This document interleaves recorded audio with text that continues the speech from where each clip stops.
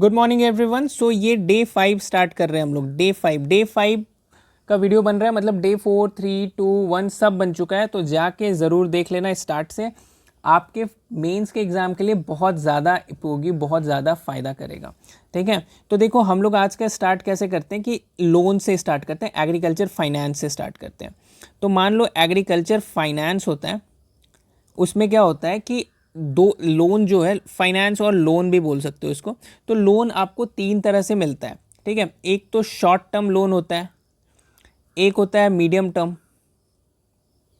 ठीक है, और एक होता है लॉन्ग टर्म। तो आपको पता होना चाहिए कि शॉर्ट टर्म लोन किसको बोलते हैं। तो 1 से 1.5 डेढ़ साल के लिए अगर आप लोन ले रहे हो तो उसको आप शॉर्ट टर्म बोलते हो। 1 से 5 साल तक के लिए लोन ले रहे हो तो मीडियम टर्म बोलते हो, और 5 से 30 साल की अवधि है तो इसको हम लोग बोलते हैं लॉन्ग टर्म लोन। ठीक है, CACP जो होता है, CACP क्या होता है, commission for agriculture cost and price. ये कब आया आपको पता होना चाहिए। कभी कभी ऐसे क्वेश्चन भी पूछ देता है कि CACP कब आया।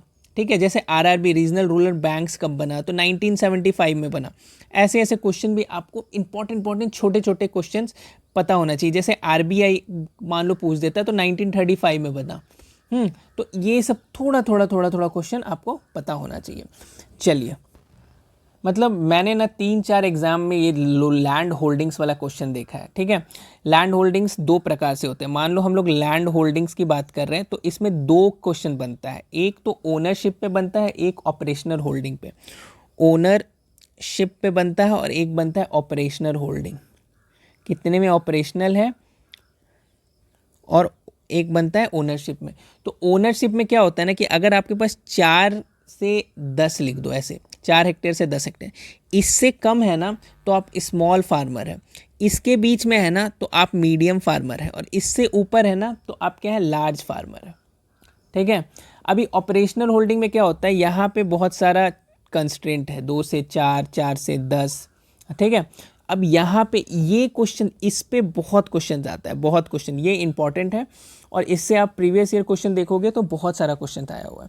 तो यहाँ पे क्या होता है ना कि अगर 1 से आपके पास कम है ना तो आप मार्जिनल फार्मर है, 1 से 2 के बीच में है ना तो आप स्मॉल फार्मर है, यहाँ 2 से 4 है तो यहाँ मीडियम नहीं है, आप सेमी मीडियम है, सेमी मीडियम। और 4 से 10 है ना तो आप मीडियम है।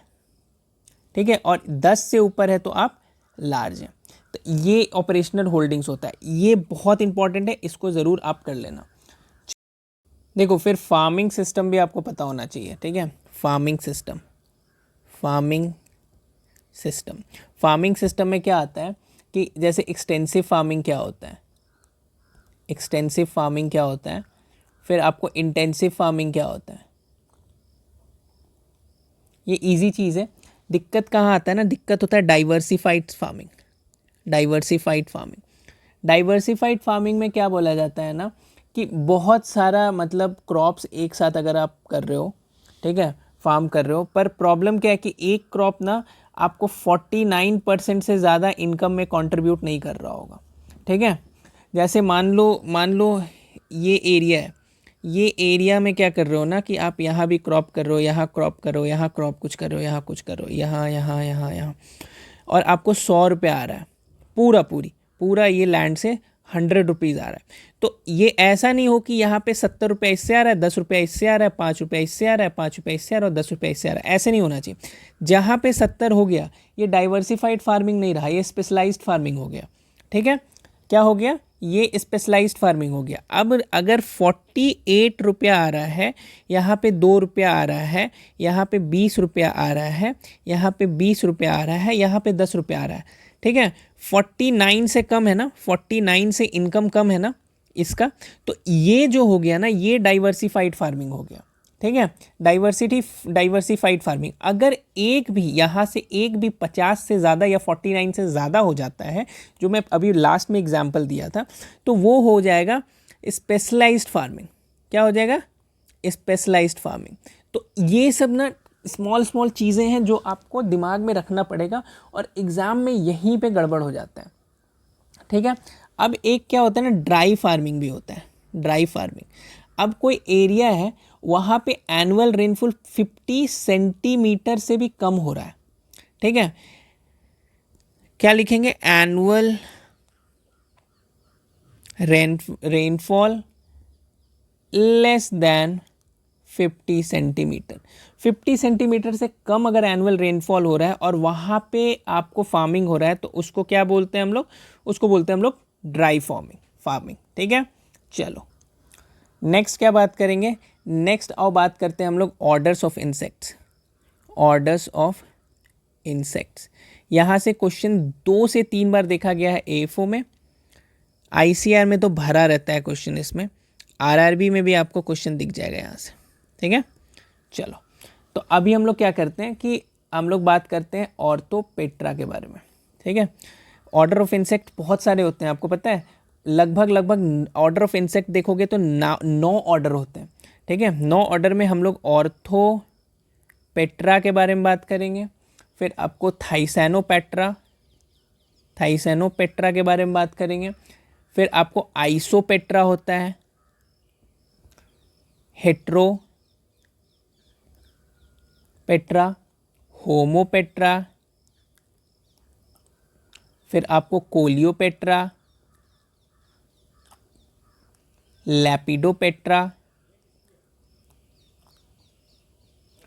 डाइपेट्रा, हाइमेनोपेट्रा। ठीक है, इतने सारे पेट्राज होते हैं, ऑर्डर्स होते हैं इंसेक्ट्स के। आपको इसको याद रखना है कि कौन सा इंसेक्ट्स कौन से ऑर्डर्स में आते हैं। जैसे मान लो ऑर्थोपेट्रा की बात करें ना, तो इसमें ग्रास हॉपर देखा है ना, ग्रास हॉपर ऑर्थोपेट्रा में आता है। कॉकरोचेस आते हैं। थाइजनोपेट्रा देखोगे तो थ्रिप्स, बहुत इंपॉर्टेंट। आइसोपेट्रा टर्माइट्स। तुमको हेट्रोपेट्रा में तुम देखोगे बक्स, ट्रू बक्स बोलते हैं उसको, ट्रू बक्स। होमो में क्या देखोगे, एफिड्स, लीफ हॉपर, ये सब आपको होमोपेट्रा में आएगा। कोलियोपेट्रा में कौन सा आ जाएगा, बीटल्स, वीविल्स। फिर आपको लेपिडोपेट्रा में क्या आ जाएगा, मॉथ्स, बटरफ्लाई जो देखते हो ना, ये सब लेपिडोपेट्रा है। तो आपको याद करना पड़ेगा, ऐसा नहीं कि आपको जैसे सिल्क वॉर्म बहुत इंपॉर्टेंट है। सिल्क वॉर्म देखो, ये भी आपको लेपिडोपेट्रा में आ जाता है। फ्लाइज जो नॉर्मल फ्लाइज उड़ते हैं वो आपको डाइपेट्रा में आ जाता है।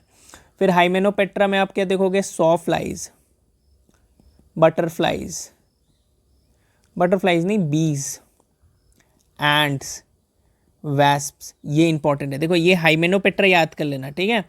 थ्रिप्स वाला ऑर्थोपेट्रा इंपॉर्टेंट है, हाँ। कोलियोपेट्रा बहुत इंपॉर्टेंट है, लेपिडोपेट्रा इंपॉर्टेंट है, ये सब आपको याद रखना चाहिए। ओके, फिर माउथ पार्ट भी बहुत इंपॉर्टेंट है। Types of mouth parts.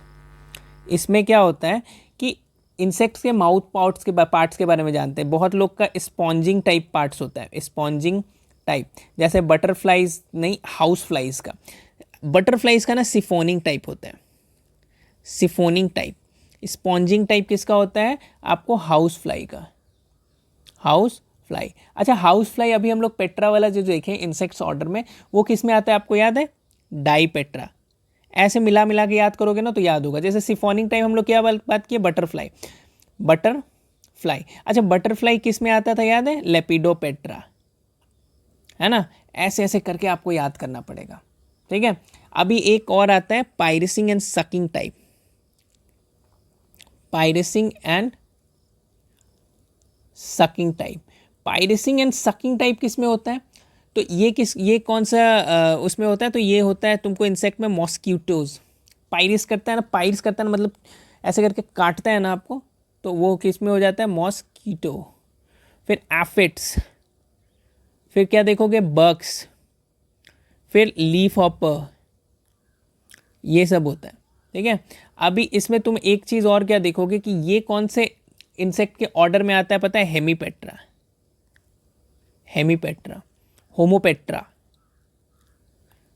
है ना। तो ये आपको ध्यान में रख। ऐसे ही 3-4 प्रकार के और होते हैं, उसको आप खुद से देख लेना। जैसे रैस्पिंग एंड लैपिंग टाइप में कौन कौन सा होता है, हाँ।